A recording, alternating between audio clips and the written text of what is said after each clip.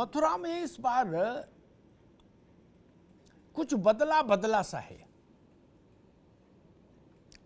मथुरा के वातावरण में एक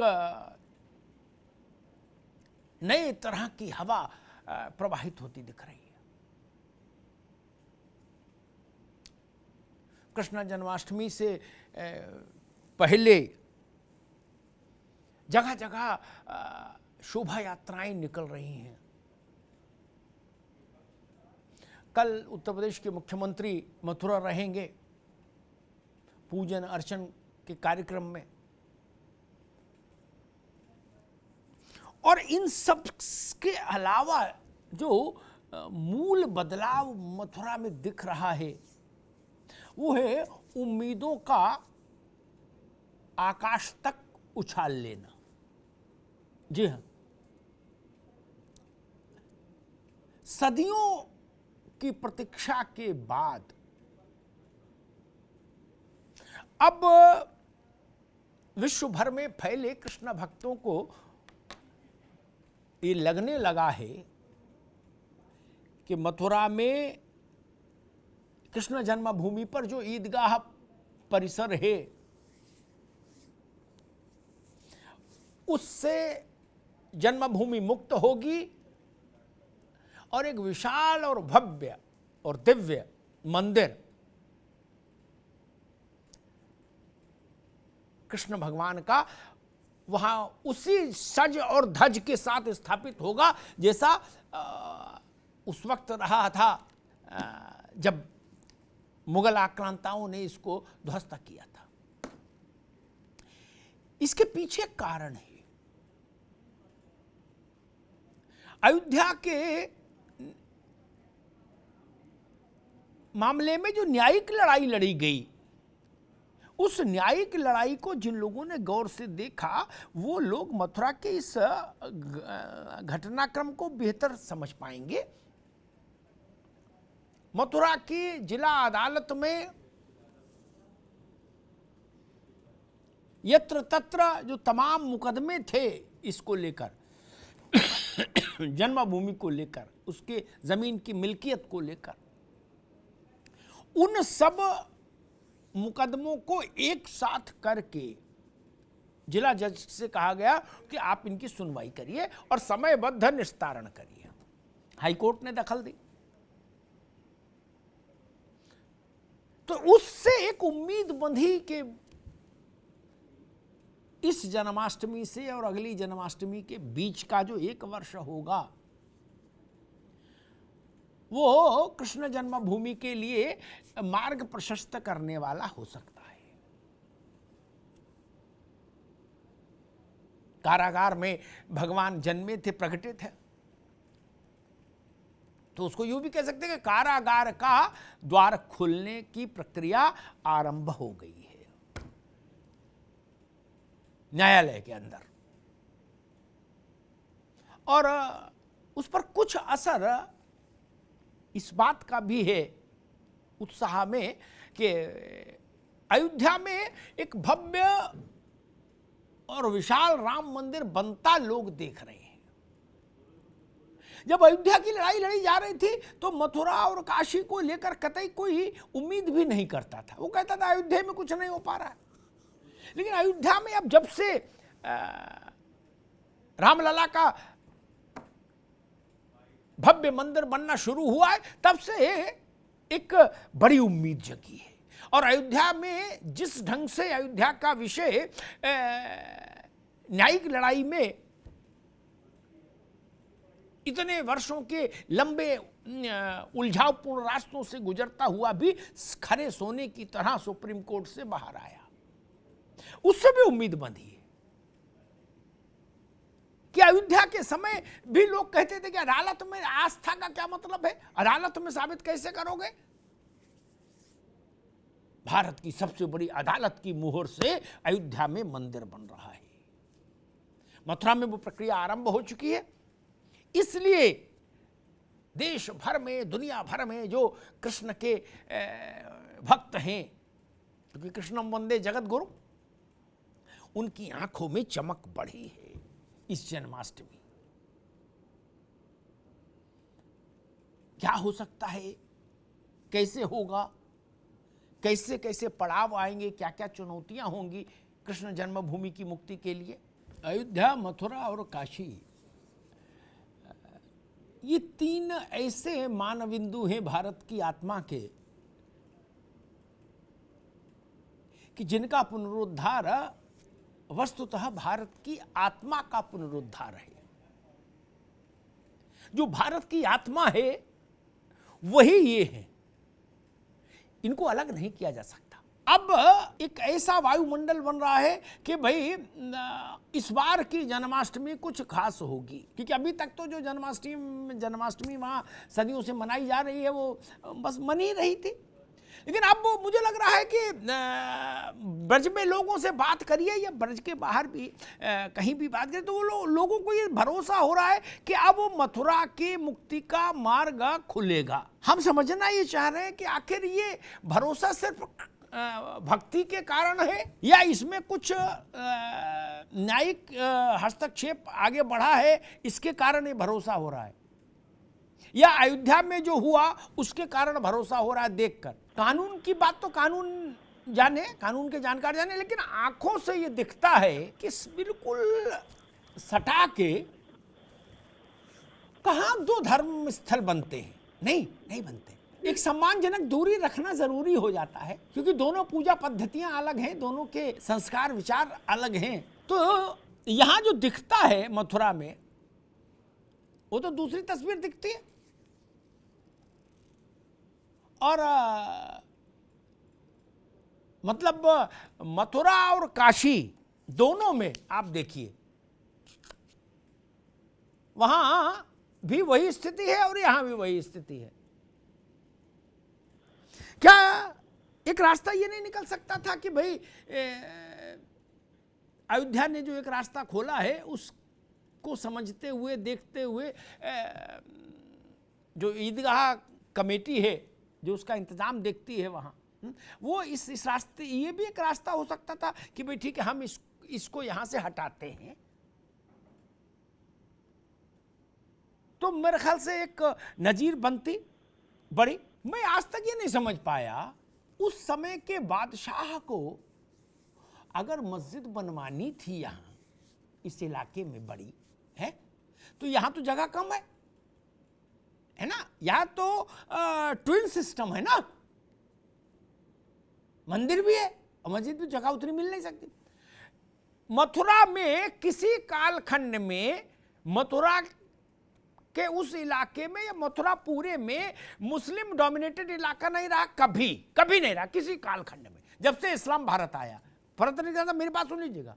मैं रास्ता बताता हूं कि यहां से बहुत दूर नहीं, स्कूटर मोटरसाइकिल का रास्ता है जहां अभी कृष्ण जन्मभूमि है, वहां से फतेहपुर सीकरी, ठीक, वो इलाका मुस्लिम डोमिनेट इलाका है क्या,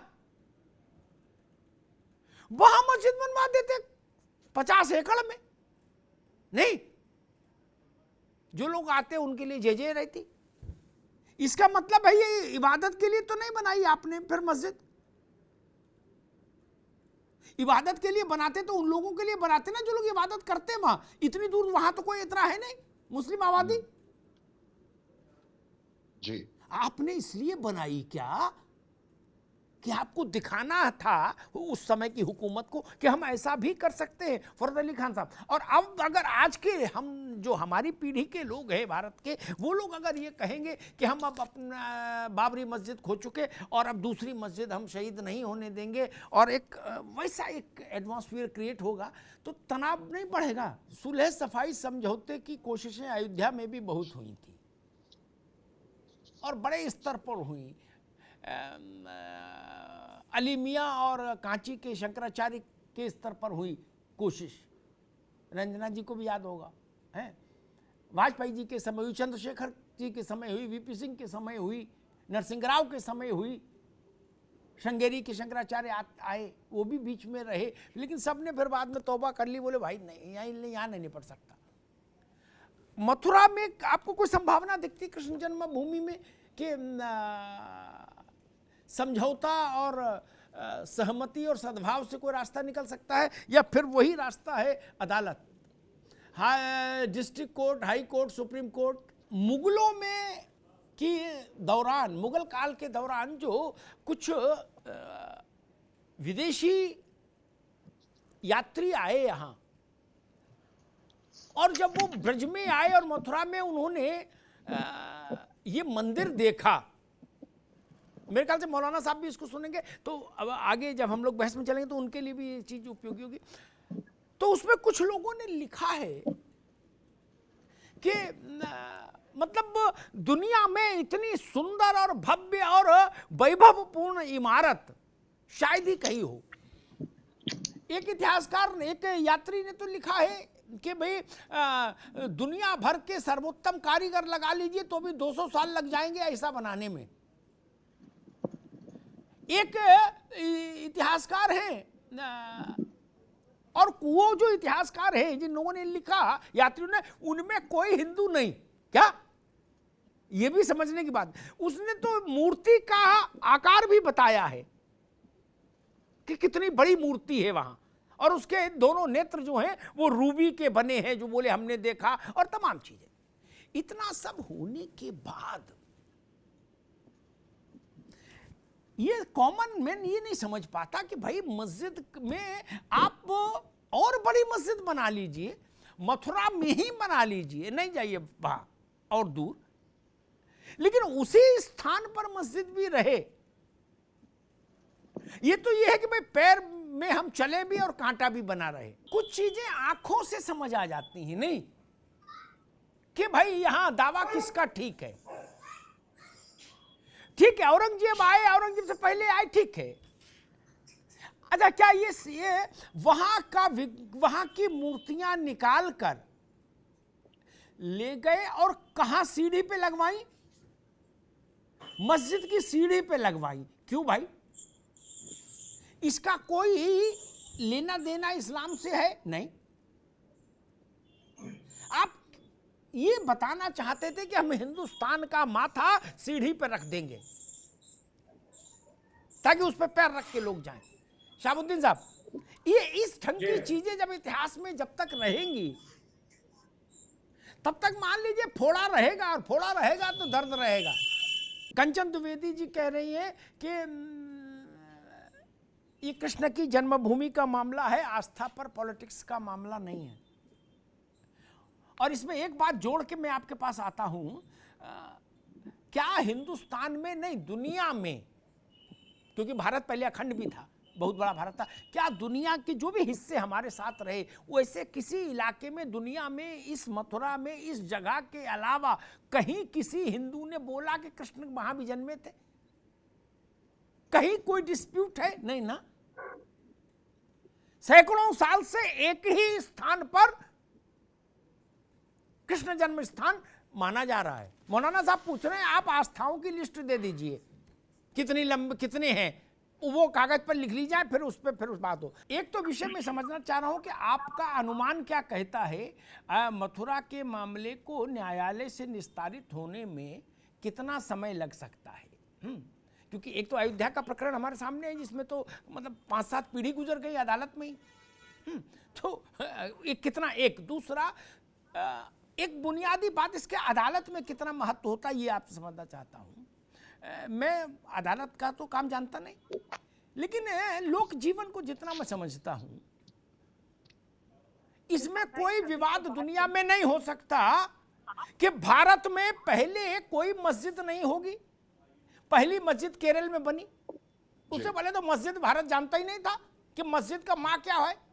ठीक, मंदिर तब उससे हजारों साल पहले से थे, उनके प्रमाण है, कार्बन डेटिंग से ले लीजिए तो, ग्रंथों से ले लीजिए तो, लोक श्रुतियों से ले लीजिए तो इसका मतलब जहां भी बना मंदिर तोड़ ताड़ के बनाया, मस्जिद तो थी ही नहीं पहले। ये बेसिक थंब रूल अदालत में कितना चलता है। एक बात जो मुझे ज़्यादा महत्वपूर्ण लगी वो ये कि सुप्रीम कोर्ट ने अपने एक निर्णय में ये कहा कि जहां दो लोगों की आस्था टकरा जाए, ठीक, दोनों दावा करें, क्या, तो ये देखा जाएगा सुपीरियर दावा किसका है। ठीक, चाहे काशी हो ज्ञानवापी मस्जिद और चाहे यह ईदगाह हो, ऐसा तो कहीं किसी इस्लामिक धर्म ग्रंथ में उल्लेख ही नहीं कि यह सर्वोच्च स्थान है। आप सुपीरियरिटी का दावा काबा और वहां कर सकते हैं, लेकिन मथुरा में तो नहीं हो पाएगा। मौलाना शहाबुद्दीन रजवी साहब ने कहा कि भाई फिर बहस किस लिए, जाइए गिरा दीजिए ताकत से। नहीं, ये काम नादिर शाह ने किया, खिलजी ने किया, औरंगजेब ने किया, उनके बाबा ने किया, उनके दादा ने किया, उनके बाप ने किया, ये सब हुआ। ठीक, मथुरा का मैं चित्रण नहीं करना चाहता, कोई 5000 साल पुरानी बात थोड़ी ना है, डॉक्यूमेंटेड है। फरत अली खान साहब, मथुरा की गलियों में चलना मुश्किल हो गया था, सिर्फ नरमुंड नरमुंड लाशें थीं और रक्त से लबालब भरी हुई गलियां थीं। मंदिरों के मठों के बाहर से ताले लगा के दरवाजे में अग्नि प्रज्वलित कर दी गई, जिंदा भस्मीभूत कर दिए गए साधु सन्यासी पंडित पुरोहित पुजारी। क्या इससे मानसिकता नहीं समझ में आती कि हम मूर्तियां ले जाके आगरा की जहानारा मस्जिद की सीढ़ियों में चुनवा दिए और फिर ये कहा जाए कि आप ताकत के बल पर ऐसा करना चाहते हैं। और ठीक बात कही सारे साध्वी जी ने और रंजना जी ने और कंचन जी ने कि अगर हिंदुस्तान को यही करना होता तो बताइए, जिस देश में 80% आबादी के मान बिंदु हो वो ऐसा करने पर आमादा होती तो मुगलों के जाने के बाद ही हो जाता। कौन रोक रहा था भाई? चलो मुगल थे तब तक ठीक था, लेकिन जब बहादुर शाह जफर और रंगीले शाह रंगीले हो गए, जिनको कोई भी लपड़िया के निकल जाता था, क्या तभी गिरा देते? तब क्या कर लेते? तब तो संविधान भी नहीं चलता था भाई। आलम से कहा था ना कि आलम शाह का जो हिंदुस्तान है वो लाल किले से पालम तक है, ऐसे बादशाह थे। तब गिरा देते तो कौन रोकता? तब तो कानून भी नहीं था, कोर्ट भी नहीं था। जिसको शहाबुद्दीन साहब आप कह रहे थे कंचन को कि भाई आपकी सरकार है, अगर ये सरकार केवल ऐसी होती कि भाजपा की है या दूसरे की है, ये जो बात फरत अली खान साहब ने कही, ठीक है हिंदुस्तान की सरकार है, तो परमहंस को नजरबंद क्यों करते? कहते जाओ बाबा मथुरा, होगा देखा जाएगा। 2 सिपाही और साथ कर देते, कहते जाओ बाबा मथुरा जाओ। क्या नजरबंद किया? ये शासन है, ये संविधान है, ये मर्यादा है। और मेरा एक प्रश्न सिर्फ ये है शहाबुद्दीन साहब आ रहा हूं, आपको अवसर दूंगा समाप्त करने से पहले। मेरा एक प्रश्न ये, औरंगजेब और ताप वाले जलवा फरोज वाले बादशाह जब खत्म हो लिए और फिर चिंटू पिंटू टाइप के बादशाह रहे, जिनको कोई भी लपड़ियाक चला जाता था, अंग्रेज सिपाही भी आ जाए तो वो डर के मारे गुस्ल करने घुस जाते थे, ऐसा बताते लोग हैं। एक बादशाह थे मुगल बादशाह हिंदुस्तान के। ये ज्ञानवर्धन वाली बात है, इसको समझना जरूरी है मौलाना साहब। उन्होंने शादी की रूप कुंवर नाम की एक लड़की से, रंजना जी। हमारे अमेरिका में एक मित्र हैं मंजी, वो इसके बड़े विकट अध्येता हैं, शोधकर्ता हैं, यानी कहां कहां खोज के ला रहे। उसका नाम था रूप कुंवर मौलाना साहब। वो नर्तकी थी तो वो अपने फूफा जीजा मौसा को भी ले आई दरबार में। और उस समय के लोग लिखते हैं कि वो लोग बादशाह हिंदुस्तान को दारू पिलाते थे, वो ढोलक वोलक बजाने वाले, और उसके बाद उनको नंगा करके मारते थे। जब ऐसे बादशाह सलामत थे, कपड़े पहना के भी नहीं मारते थे, देखिए मक्कारी, नंगा करके मारते थे हुकूमत हिंदुस्तान के बादशाह को। अब वो भागता था पूरे महल में, लाल किले में। क्या मान लो तब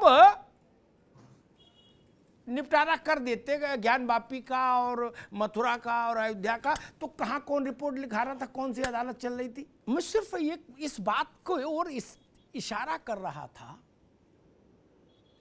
कि ये तस्लीम करने वाला आदमी रंजना जी मुझे आज तक नहीं मिला इस्लाम की तरफ से। मेरी आत्मा खुश हो जाती जो ये कहता कि हां वो वक्त आया जब हिंदू चाहते तो नैसर्गिक न्याय कर देते, कहीं कोई उफ नहीं होती। एक और बादशाह थे जिले इलाही, वो चिराग दिल्ली में फकीर थे, उनके यहां जाते, उनकी उसमें जाते थे, उनकी औलाद नहीं थी बेगम बादशाह, तो किसी ने बता दिया वहां एक तालाब था, ये लिखा पढ़ी में है भैया शहाबुद्दीन साहब, तो किसी ने बता दिया निर्वस्त्र नहाओ 40 दिन तक तो वो संतान हो जाएगी। 40 दिन तक नंगे नहाए, संतान भी नहीं हुई। ऐसे बादशाहों के समय में अगर अयोध्या काशी मथुरा छोड़ो सब जगह न्याय हो जाता तो कौन रोक लेता, कौन रोक लेता बताओ ना। कौन रिपोर्ट लिखाने जाता, रंजना अग्निहोत्री तो तब थी नहीं, न इंडियन पेनल कोड था, न बाबा साहब का संविधान था, न लोकसभा विधानसभा थी। क्या करते, क्या होता, जैसे तोड़ा वैसे टूट गया। इसलिए आज तक किसी ने क्यों नहीं कहा कि हां हम मानते हैं कि उस वक्त आपके पास ताकत थी लेकिन आपने उस ताकत को इस ढंग से इस्तेमाल नहीं किया। ये इतना बड़ा दिल तो दिखाओ, बाद में छोड़ो, काशी मथुरा मत छोड़ो, कुछ भी अदालत से लड़ाई होगी, लेकिन ये तो बोलो।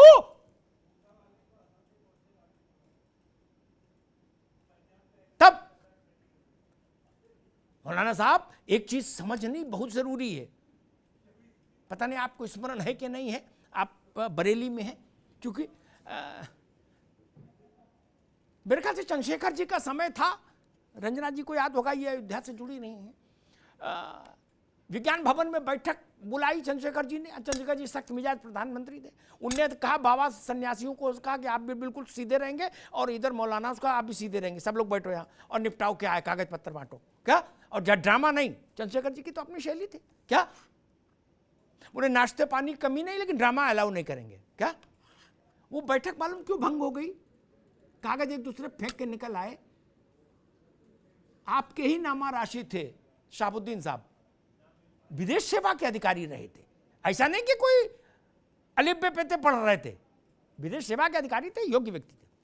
उन्होंने विष्णुहरि डालमिया से कहा कि डालमिया अशोक सिंघल से कि भाई कोई नर्स मिडवाइफ किसी का कोई सर्टिफिकेट है क्या, जब राम पैदा हुए होंगे तो कुछ है कागज पत्तर, किस नर्स ने कराया था।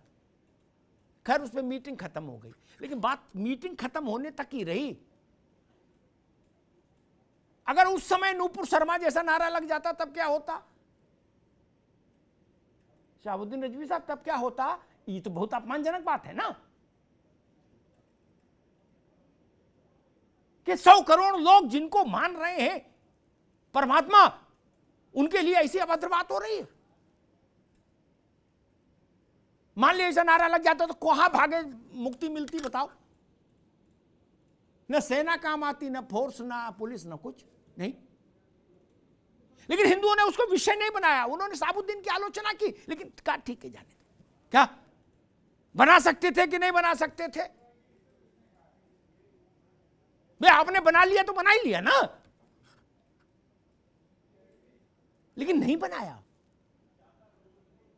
मूल विषय ये इस मानसिकता का प्रतिकार होना चाहिए। बाकी लड़ाई तो रंजना अग्निहोत्री जैसे लोग लड़ेंगे अदालत में, लेकिन इस मानसिकता का तो प्रतिकार करना भारत को होगा कि मूर्ति को आपने मंदिर तोड़ दिया, एक विषय, आपने मूर्ति को मस्जिद की सीढ़ियों में चुनवा दिया, मेरे लिए ये ज्यादा पाप, बड़ा पाप है, ज्यादा बड़ा पाप है। आपने भारत के मस्तक पर पांव रखने की गुस्ताखी की। नारा लगा था गुस्ताख नबी की एक सजा। ठीक बात है, आप लगाइए नारा, लेकिन आपने भारत के आत्मा के साथ ये जो गुस्ताखी की कि बांके बिहारी को ले जाके आपने सीढ़ी में चुनवा दिया, इसकी क्या सजा हो, फिर होगी, कैसे होगी तय?